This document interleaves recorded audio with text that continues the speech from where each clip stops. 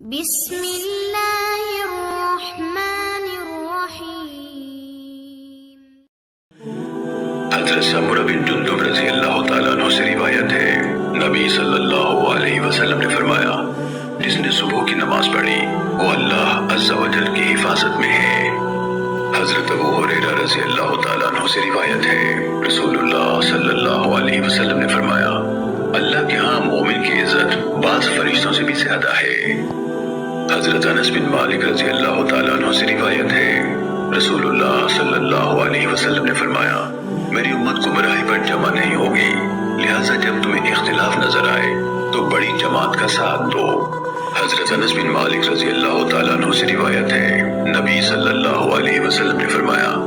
جب دو مسلمان اپنی تلواریں لے کر ایک دوسرے کے مقابل ہوتے ہیں تو قاتل اور مقتول دونوں جہنم میں جاتے ہیں۔ حضرت ابو امامہ رضی اللہ تعالیٰ عنہ سے روایت ہے، رسول اللہ صلی اللہ علیہ وسلم نے فرمایا، قیامت کے دن اللہ کے ہاں سب سے برے درجے والا شخص وہ ہوگا جس نے دوسرے کی دنیا کے لیے اپنی آخرت ضائع کر لی۔ حضرت عبداللہ بن عمر رضی اللہ تعالیٰ عنہ سے روایت ہے، رسول اللہ صلی اللہ علیہ وسلم نے فرمایا، فتنوں سے بچو، ان میں زبان کی بات تلوار کے وار کی طرح اثر انداز ہوتی ہے۔ حضرت ابو ہریرہ رضی اللہ تعالیٰ عنہ سے روایت ہے، رسول اللہ صلی اللہ علیہ وسلم نے فرمایا، جو شخص اللہ پر اور قیامت کے دن پر ایمان رکھتا ہے اسے چاہیے کہ اچھی بات کہے یا خاموش رہے۔ حضرت ابو ہریرہ رضی اللہ تعالیٰ عنہ سے روایت ہے، رسول اللہ صلی اللہ علیہ وسلم نے فرمایا، یہ بھی انسان کے اسلام کی خوبی ہے کہ جس معاملے سے اس کا تعلق نہیں اسے چھوڑ دے۔ حضرت معقل بن یسار رضی اللہ تعالیٰ عنہ سے روایت ہے، رسول اللہ صلی اللہ علیہ وسلم نے فرمایا، قتل و غارت اور فتنوں کے ایام کے دوران میں عبادت کرنا ایسے ہے جیسے میری طرف ہجرت کرنا۔ حضرت عبداللہ بن عمر رضی اللہ تعالیٰ عنہ سے روایت ہے، رسول اللہ صلی اللہ علیہ وسلم نے فرمایا، لوگوں کی مثال ان 100 اونٹوں کی سی ہے جن میں سے ایک بھی سواری کے قابل نہ ملے۔ حضرت ابو ہریرہ رضی اللہ تعالیٰ عنہ سے روایت ہے، رسول اللہ صلی اللہ علیہ وسلم نے فرمایا، یہودی 71 فرقوں میں تقسیم ہوئے اور میری امت 73 فرقوں میں تقسیم ہو جائے گی۔ حضرت اسامہ بن زید رضی اللہ تعالیٰ عنہ سے روایت ہے، رسول اللہ صلی اللہ علیہ وسلم نے فرمایا، میں اپنے بعد مردوں کے لیے عورتوں سے بڑا کوئی فتنہ نہیں چھوڑتا۔ حضرت ابو سعید رضی اللہ تعالیٰ عنہ سے روایت ہے، رسول اللہ صلی اللہ علیہ وسلم نے فرمایا، ہر صبح 2 فرشتے اعلان کرتے ہیں، مردوں کے لیے عورتوں کی وجہ سے ہلاکت ہے اور عورتوں کے لیے مردوں کی وجہ سے ہلاکت ہے۔